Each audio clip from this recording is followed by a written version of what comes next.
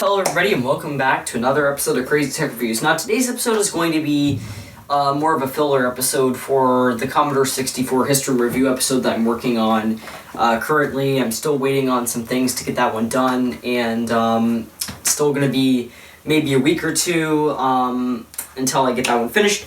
But anyway, something I've been wanting to try for a while is Lightbrighting. Now for those of you who aren't aware, basically, this is the idea of, instead of using hydrogen peroxide and UV light, you just simply take your vintage electronics, whatever it may be, and you just simply sit them right outside.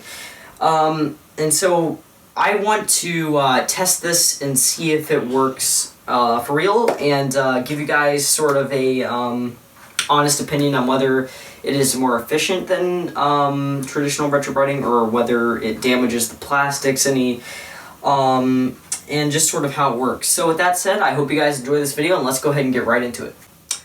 Also, just another quick thing I wanted to mention, and that's that just a few days ago we passed 90 subscribers. So for everybody who has subscribed and watches the videos, I'd like to give you all a massive thanks, and I hope you stick around to watch more. However, I feel like before we actually get into retrobriting these keys, I figure it would be a good idea to sort of explain not only how this Lightbrighting concept works, but also just how retrobriting in general works. So with that said, let's go ahead and get into that. Now, just a quick disclaimer before we get into this, I'd like to just mention that I'm not in any way experienced with chemistry or anything like this to do with the retrobriting. Not only that, but there is no real understanding or way as to how exactly this works. So what I'm saying is primarily by the knowledge I already have and by some of the research I have done.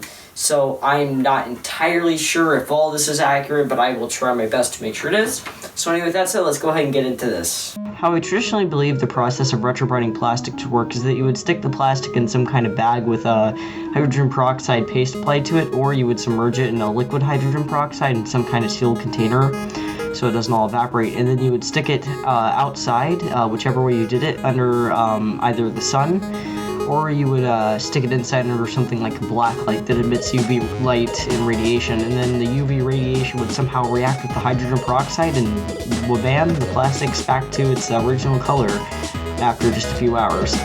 However, recently we discovered that in fact you actually don't even need the hydrogen peroxide in some cases to retrobrite something, and that magically it will just go back to its original color. This process is called Lightbrighting, and how we believe it works is under the same principle that lawn chairs bleach in color as they get older, and probably all the hydrogen peroxide ever really did was act as sort of a catalyst for this reaction. Now what you may be thinking is, doesn't the UV radiation from the sun yellow plastics? And technically you aren't wrong. If you've ever looked at a computer that sat near a window for most of its life, you can definitely notice where that window was and how it yellowed that area of plastic. And even looking at something like this keyboard here, you can see exactly the direction the sun was hitting it, as you can see the marks in the plastic where it wasn't yellowed that was protected by the keys. Technically, that's because the light that comes out of a window is more diffused and changed than the direct sunlights. And not only that, but inside you also have fluorescent lights and heat, which can also cause plastics to turn yellow as well. So to summarize this section of the video, no, sunlight, when it's not being shined through a window, does not cause plastics to yellow. So the first thing we're going to need for this test here is something that is relatively yellow, but also I'm not worried about ruining the look of anymore, and for that I chose this HP Internet keyboard. So I'm just going to go ahead and pop a keycap off here, and you can see just how yellow this thing is. You can actually see where the two keys sitting in front of it were and how the shadow was cast on the key. I'm going to go ahead and remove the F1, F2, and 3 keys, as they were already pretty yellow, and they'll make a nice test keys. Alrighty, so I've currently extracted 3 keys from this keyboard that I'm going to use in this experiment.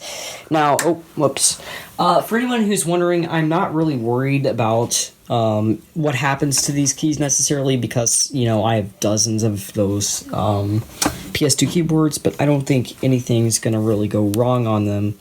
And while people say there is a worry for like brittleness or whatever. After doing this, the level of brittleness these will gain won't really be noticeable if I'm not like smashing this keyboard with a hammer. And not only that, but it's not like I don't have more ATX keyboards, so I'm not really worried about the keys getting brittle or anything. I'm only really with this skeptical of whether or not this is actually going to be efficient. I mean, because here's the thing: if you set the keys out in retrobrite, they're not going to get any more brittle, if not any even more brittle, because they're still being exposed to the sun. And not to mention, with traditional retrobrite, you have an additive in there as well, or a catalyst or whatever, which is hydrogen peroxide. But anyway, onto the keys themselves. This the F1 key is going to be not receiving any treatment of any kind. This is just going to be a control key, or a control to just see whether or not anything changes between the other two and how it compares to the original color of these keys before they were retrobrighted. Obviously, it's not the original color. This second key here, the F2 key, this will be receiving the Lightbrighting method of treatment, and while I cannot hold anything today, so this will be sat out in the sun with nothing on it, nothing covering it, nothing. It's just going to be sitting right out in the sun, and yeah, this is going to be receiving the Lightbrighting treatment. And then this final key, the F3 key, is going to be receiving a traditional hydrogen peroxide retrobrighting treatment. So in other words, it's going to be sitting out in the sun with in a bowl of hydrogen peroxide or something like that. And I'm going to be using 3% hydrogen peroxide, which is what you would usually use for keys anyway. So we're going to see how exactly this works and how effective it is in comparison to traditional retrobrite. So with that said, let's go ahead and get started. So it is now time to begin the test here. The first thing I'm going to do is I'm just going to quickly wrap up the F1 key in tinfoil to prevent its color from changing, as it will be our reference key to see if the other two changed. Next up, for the F2 key, there's nothing that needs to be done to it because it's just going to be sat right out in the sun. And finally, the F3 key, we're just going to go ahead and give the traditional hydrogen peroxide treatment. So we're just going to go ahead and pour some of that in there and then shut the lid on it. So my initial plan was I was going to set the keys back here on this back porch. However, unfortunately, by this time of the day, this was all in the shade. So it looks like we're going to have to set them out front, which, as you can see, is not in the shade yet, thankfully. Alright everybody, so it's been about 15 to 20 minutes, maybe 30, and if you look in there, I'm not sure if you can see it very well, but there are actual bubbles that are starting to form on this one. As far as this one, I want to say it looks a little bit better, but I'm not going to say anything until I actually take it in at the end of the day and compare it to our control key. Which is still sitting in the house inside a tinfoil wrap, since the room is surrounded by windows and fluorescent lights. So I want to be as careful as I can in not changing anything. So yeah, it's pretty cool to see. Never actually really retrobrighted something this way, so interesting. So occasionally from this point on, about every 30 minutes or so, I checked on the keys, both of them, to make sure they weren't either in the shade or that the one in the retrobrite hadn't floated to the top. And eventually I ended up having to move them forward since they were starting to become in the shade. So I went ahead and did that too. After I brought them back in, I went ahead and checked to see if they had improved any. And I'm just going to go ahead and take this one out with some pliers just to make sure not to touch the hydrogen peroxide again. And sure enough, you can see a difference, but I'm probably going to let this go another day or two. Just to see if it changes even more. So the next day I went ahead and put all the keys back out to do the experiment. And thankfully I started early enough today that the patio wasn't in the shade this time. I'm going to go ahead and use this little pebble here to prop up the F2 key so that it has even exposure to the sun during this time of the day. However, unfortunately, only about an hour later, the keys were already in the shade. I tried moving them forward as far as I could, but unfortunately now the shade is caught up enough, so it looks like I'm going to have to move them out front now.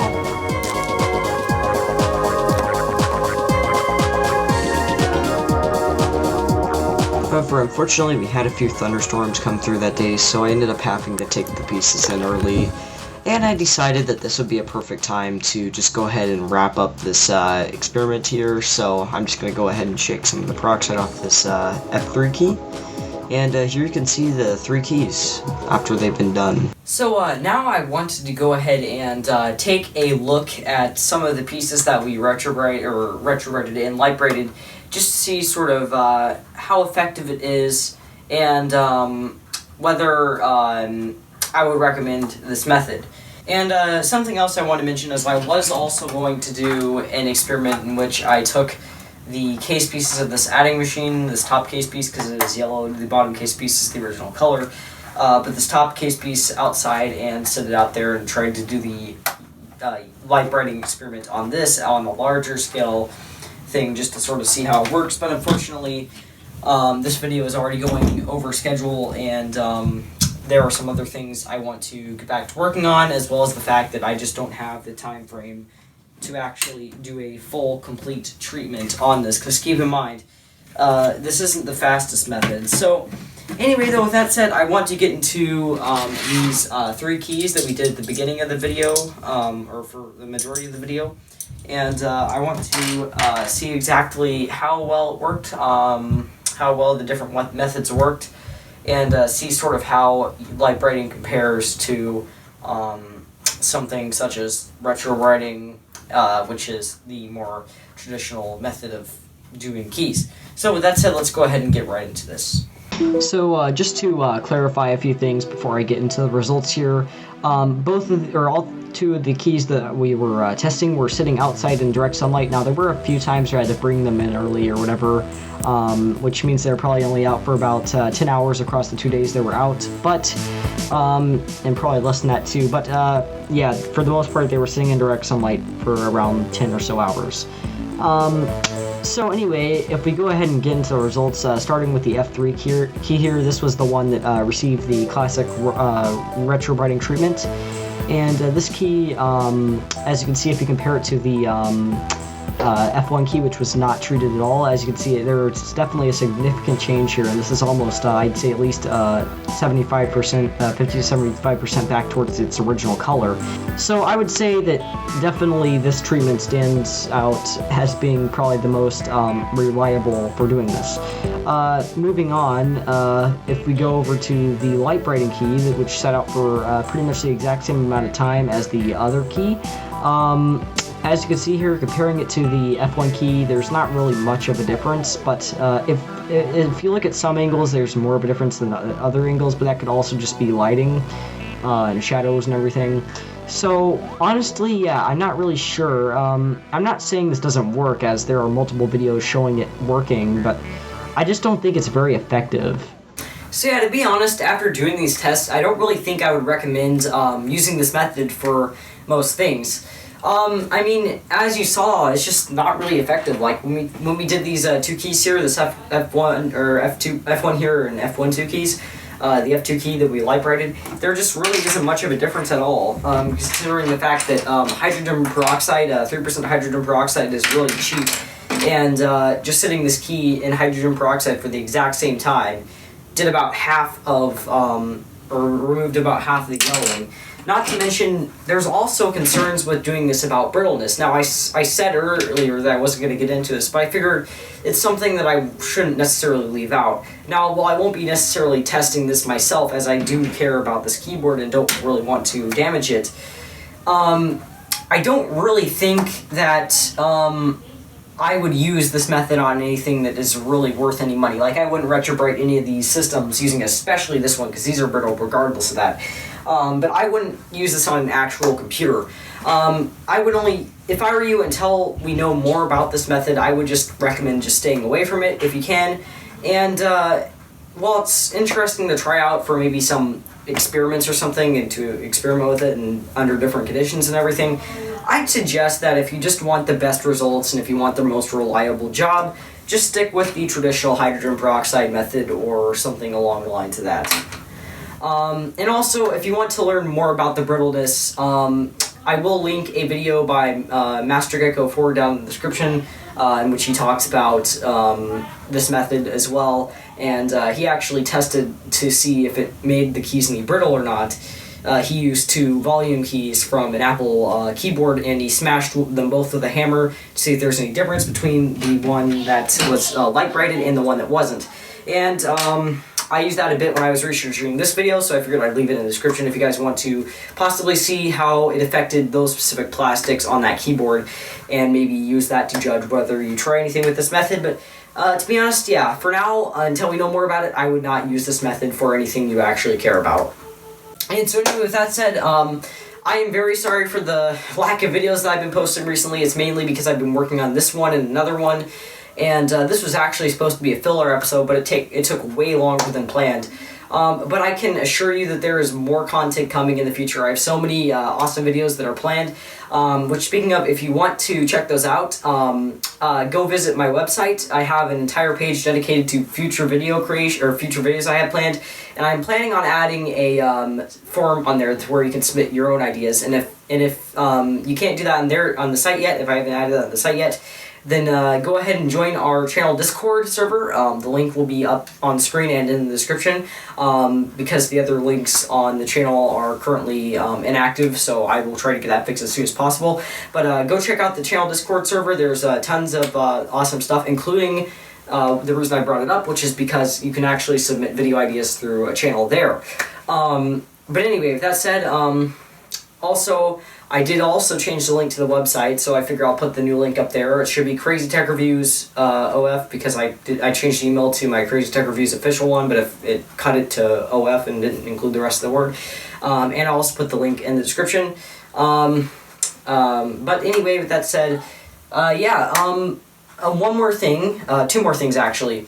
First of all, we are almost at 100 subscribers, and I know I mentioned this at the beginning of the video, but if you are new here and you haven't been here yet to this channel, please click the subscribe button. It helps me out a lot. I'm hoping to pass 100 subscribers by the end of this month, so please help me reach that goal and click subscribe. And if you want to receive notifications about these videos, then definitely also click the notification bell. And the other thing I want to mention is I actually got a new computer recently. I just got this Macintosh SE FDHD yesterday, as of the time that this video clip was filmed and hopefully published. And so I do currently have a restoration video in the works. As you can see here, this is the finished result. I wasn't planning on spoiling this, but I figured I'd go ahead and show you this. Because I figured it's an interesting machine, and I have a lot of videos that will be dependent on this. So if you're curious in seeing that restoration video, then that should be out shortly within the next few weeks on the channel.